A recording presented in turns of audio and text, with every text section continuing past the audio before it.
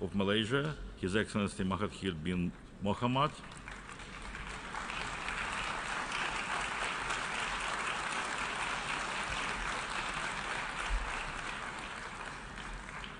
and I invite him to address the General Assembly. Madam President, I would like to join others in congratulating you on your election as the President of the 73rd session of the United Nations General Assembly. I am confident with your wisdom and vast experience, this session will achieve the objectives of the theme for this session. I assure you of Malaysia's fullest support and cooperation towards achieving these noble goals.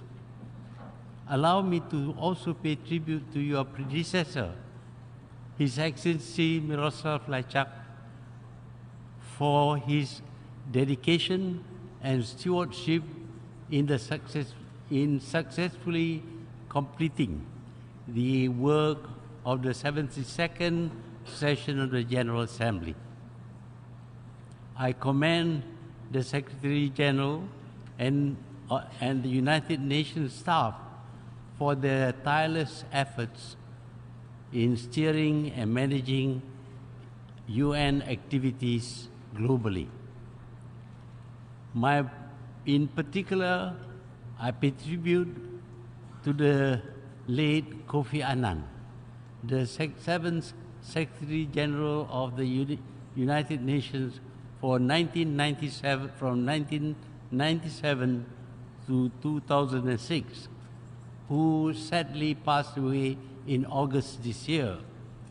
Malaysia had a positively strong and active engagement with the UN during his tenure. Madam President, the theme of this 73rd session of the General Assembly, making the United Nations relevant to all people, global leadership, and shared responsibilities for peaceful, equitable, and sustainable societies, remains true to the aspiration of our founding fathers. The theme is most relevant and timely. It is especially pertinent in the context of the new Malaysia. The new government of Malaysia, recently empowered with a strong mandate from its people, is committed to ensure that every Malaysian has an equitable share in the prosperity and wealth of the nation. A new Malaysia emerged after the 14th general election in May this year. Malaysians decided to change their government, which had been in power for 61 years, that is, since independence. We did this because the immediate past government indulged in the politics of hatred, of racial and religious bigotry, as well as widespread corruption.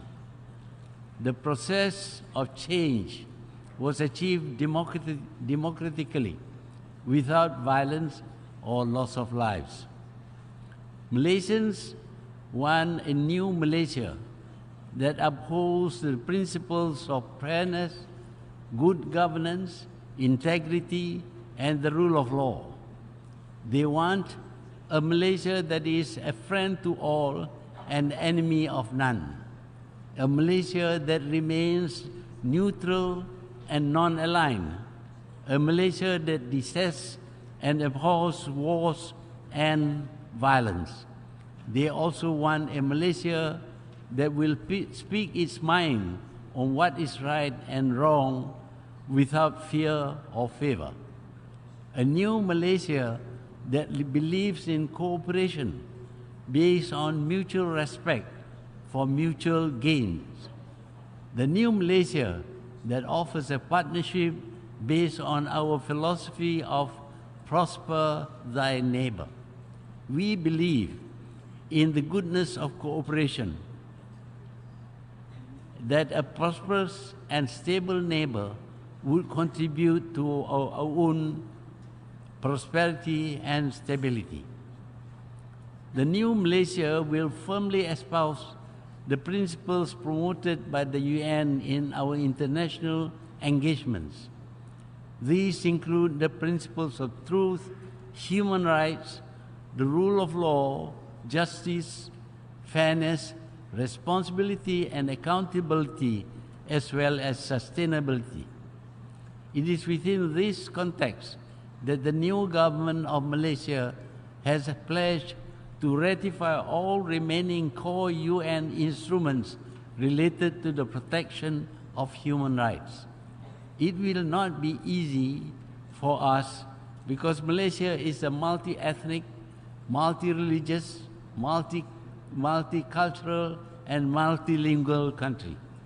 We will accord space and time for all to deliberate and to decide freely based on democracy.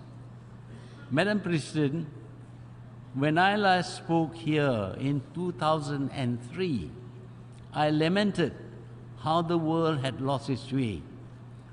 I bemoaned the fact that small countries continued to be at the mercy of the powerful. I argued the need for the developing world to push for reform, to enhance capacity building and diversify the economy. We need to maintain control of our own destinies. But today, 15 years later, the world has not changed very much. If at all, the world is far worse than 15 years ago. Today, the world is in a state of turmoil, economically, socially, and politically.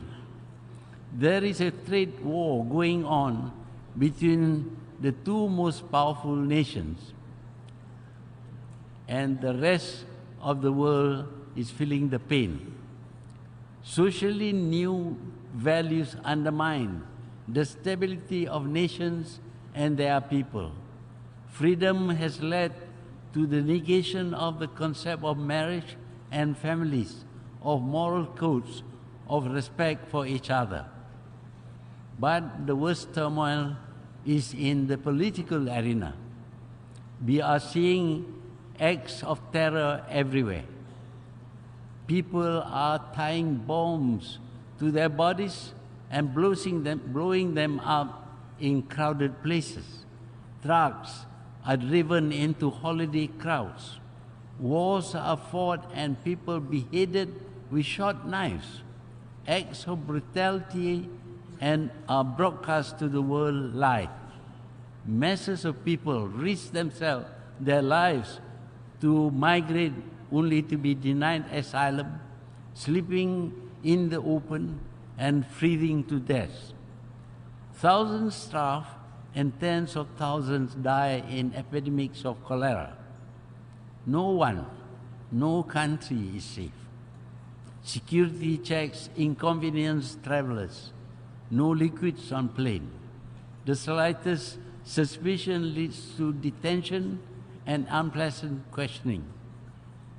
To fight the terrorists, all kinds of security measures, all kinds of gadgets and equipment are employed. Big Brother is watching, but the facts of terror remains. The acts of terror remains. Malaysia fought the bandits and the terrorists at independence and defeated them. We did use the military, but alongside and more importantly, we campaigned to win the hearts and minds of these people. This present war against the terrorists will not end until the root causes are found and removed and the hearts and minds are won. What are the root causes? In 1948, Palestinian land was seized to form the state of Israel. The Palestinians were massacred and forced to leave their land. Their homes and farms were seized. They tried to fight a conventional war with help from sympathetic neighbors. The friends of Israel ensured this attempt failed.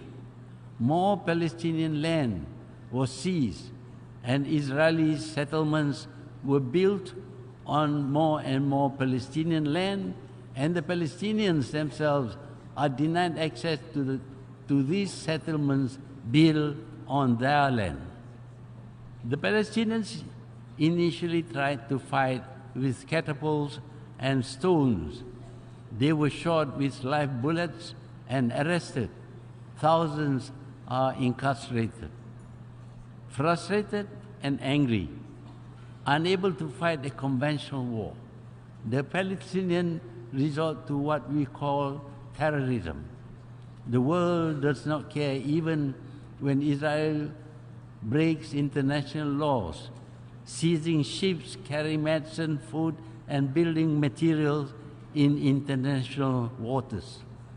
The Palestinians fired ineffective rockets which hurt no one.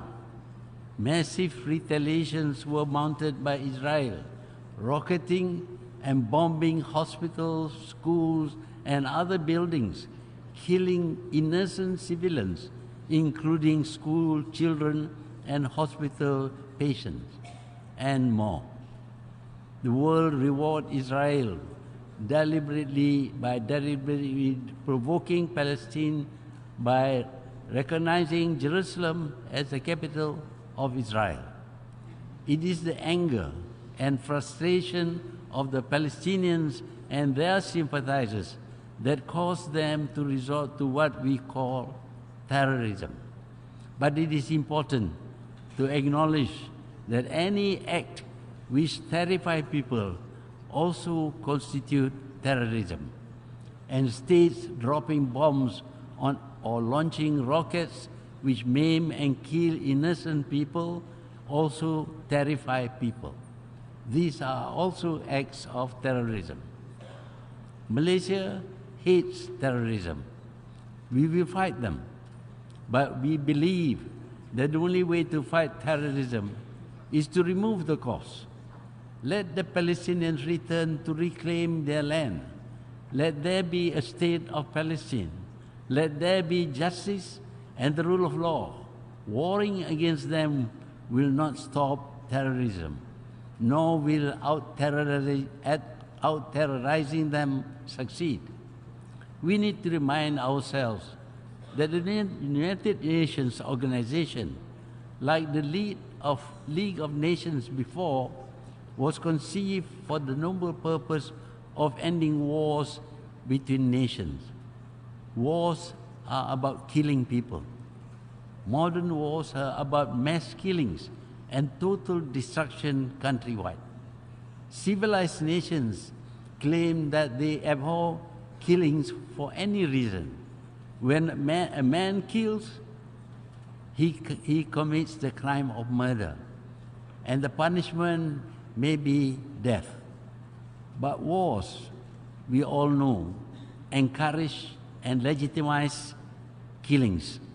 Indeed, the killings are regarded as noble, and the killers are hailed as heroes. They get medals stuck to their chests and statues erected in their honor, have their names mentioned in history books. There is something wrong about our way of thinking with our value system. Kill one man, it is murder. Kill a million and you become a hero. And so we still believe that conflicts between nations can be resolved with war. And because we still do, we must prepare for war. The old adage says, to have peace, prepare for war. And we are forever preparing for war, inventing more and more destructive weapons. We now have nuclear bombs capable of destroying whole cities. But now we know that the radiation emanating from the explosion will affect even the country which uses the bomb. A nuclear war would destroy the world. This fear has caused the countries of Europe and North America to maintain peace for over 70 years. But that is not for other countries. Wars in these other countries can help live test the new weapons being invented. And so they sell them to warring countries. We see their arms in wars between smaller nations. These are not world wars, but they are no less destructive. Hundreds of thousands of people have been killed, whole countries devastated, and nations bankrupted because of these fantastic new weapons. But these wars give handsome dividends to the arms manufacturers and the traders. The arms business is now the biggest business in the world. They profit shamelessly from the death and destruction they cause. Indeed, so-called peace-loving nations often promote this shameful business. Today's weapons cost millions. Fighter jets cost about $100 million, and maintaining them costs as much as tens of millions. But the poor countries are persuaded to buy them even if they cannot afford. They are told that their neighbors or their enemies have them. It is therefore imperative that they too have these weapons.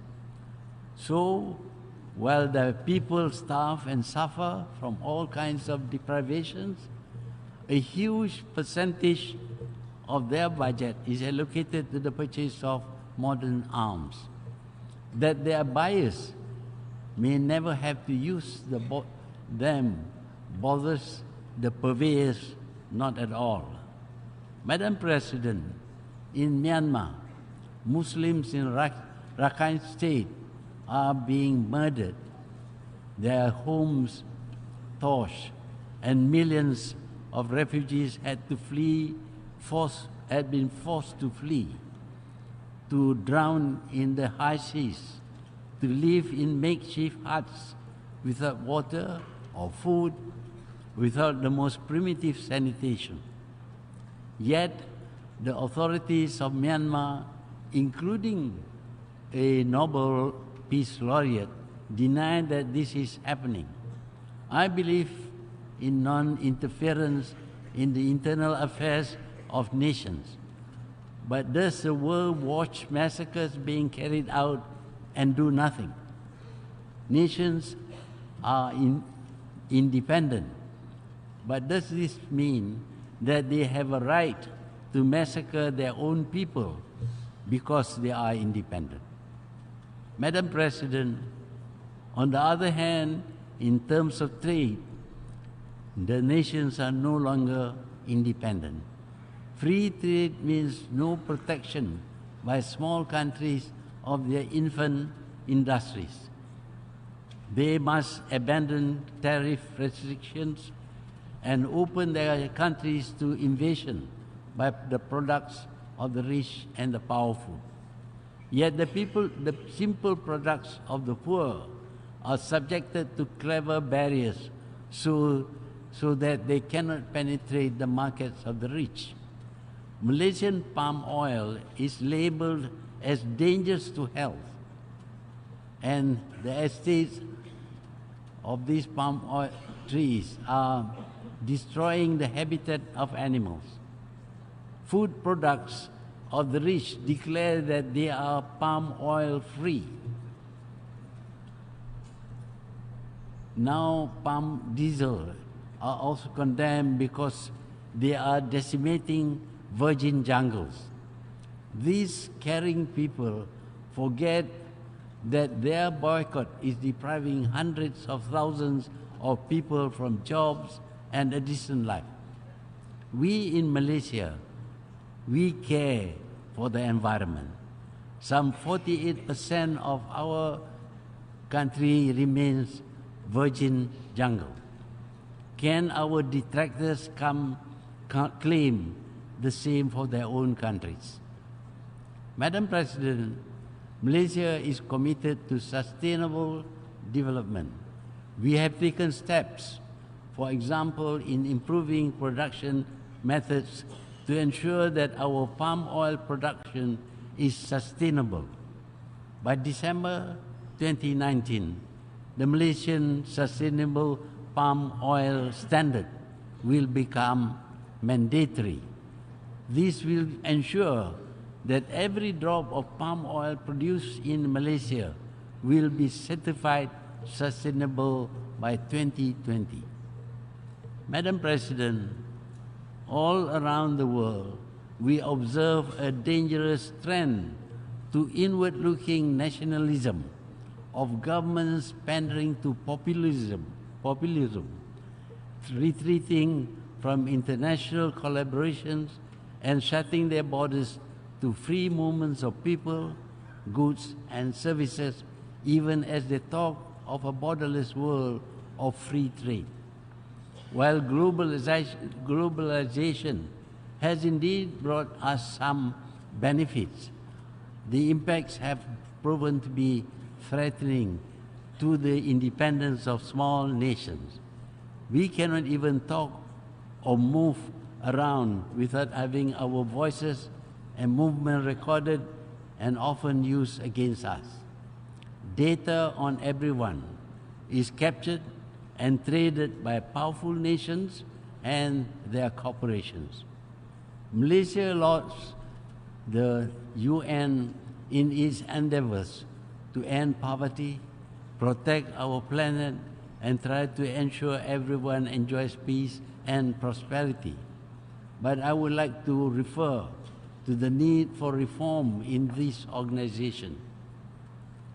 5 countries, on the basis of their victories in wars fought 70 years ago, cannot claim to have a right to hold the world to ransom forever. They cannot take the moral high ground, preaching democracy and regime change in the countries of the world when they deny democracy in this organization. I had suggested that the veto should not be by just one permanent member, but by at least 2 powers backed by 3 non-permanent members of the Security Council. The General Assembly should then back the decision with a simple majority. I will not say anymore. I must admit that the world without the UN would be disastrous. We need the UN. We need to sustain it with sufficient funds. No one should threaten it with financial deprivation. Madam President, after 15 years and at 93, I returned to this podium with the heavy task of bringing the voice and hopes of the new Malaysia to the world stage. The people of Malaysia, proud of their recent democratic achievements, have high hopes that around the world we will see peace, progress, and prosperity. In this, we look towards the United Nations to hear our pleas. I thank you, Madam President.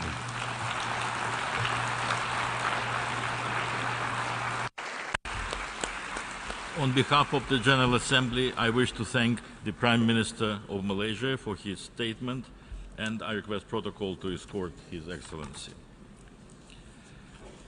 The Assembly will now hear a statement by His Excellency Anthony Marti Petit, Head of the Government of the Principality of Andorra. May I request protocol to...